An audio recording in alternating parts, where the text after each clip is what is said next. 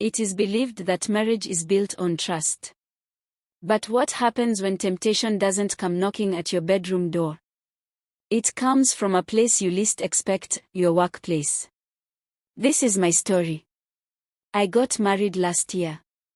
To the man who stood by me when I had nothing. The man who paid my school fees, encouraged me, and held my hand until I became a graduate. Thanks to him, I am now a government teacher in a secondary school. It's not glamorous, but it's stable. And for us, stability is enough. We don't have children yet, but life has been kind. Or so I thought. When I was posted to the school to teach geography, I was nervous. A new environment. New faces. New students. And then there was him. A colleague. A biology teacher. He had been there for 6 years, so he knew everything about the school. From day one, he made it his duty to guide me, showing me the classrooms, introducing me to other teachers, and even standing by me during those awkward lunch breaks. At first, I thought, what a kind man. And slowly, I grew comfortable around him. Maybe a little too comfortable. At first, it was harmless. He would bring me snacks. A plate of rice. A soft drink. Sometimes a little pack of fruit juice. I told myself, it's just friendliness. Nothing more. But then, things changed. The gifts changed. One day, he handed me a perfume. Just a little something, he said with a smile. I was surprised. But I accepted it. The next week, it was underwear. Bras. I froze when I unwrapped the gift. My heart pounded. And yet, he stood there, smiling casually. Like it was the most normal thing in the world. On Teacher's Day, he brought me another package. Again, personal items. By then, my mind was in chaos. Here's the truth. He has never said anything inappropriate. He hasn't touched me in any wrong way. And yet, the nature of this gift speaks louder than words. And in my heart, the war began. I am a married woman. A woman who owes her husband respect and loyalty. But why do I feel safer with this man than I sometimes feel with my husband? Why do his little gestures, his attention, his care, make my heart skip a beat? I hated myself for even thinking it. At night, I would lie beside my husband, listening to him breathe peacefully. This man sacrificed so much for me. He believed in me when no one else did. And yet, another man was slowly creeping into my thoughts.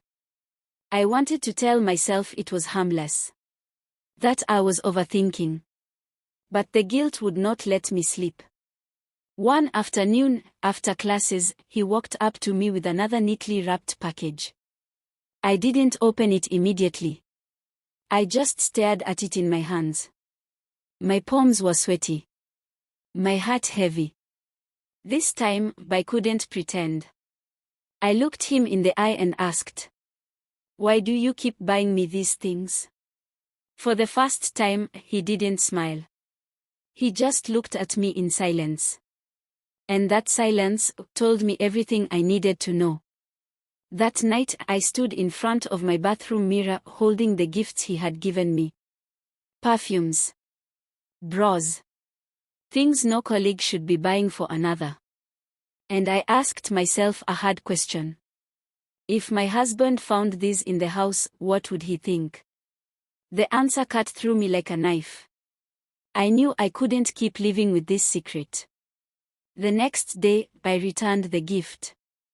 I told him, I can't accept this anymore. I'm a married woman.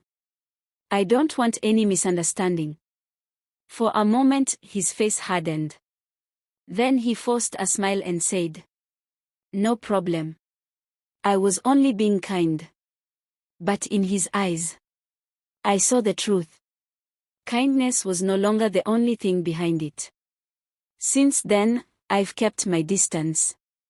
He still tries to start conversations, but I keep them short. Professional.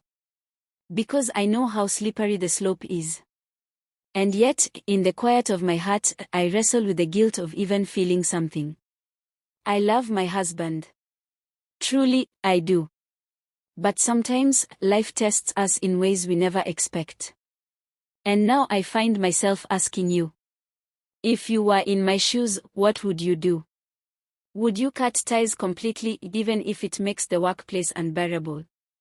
Or would you keep pretending it's harmless even though deep down, you know it isn't? Because sometimes, the greatest battles of marriage are not fought at home. They are fought in silence, within us. That was my story. And maybe, just maybe, it's a warning someone out there needs to hear. Thank you for watching. Do share with your friends and family.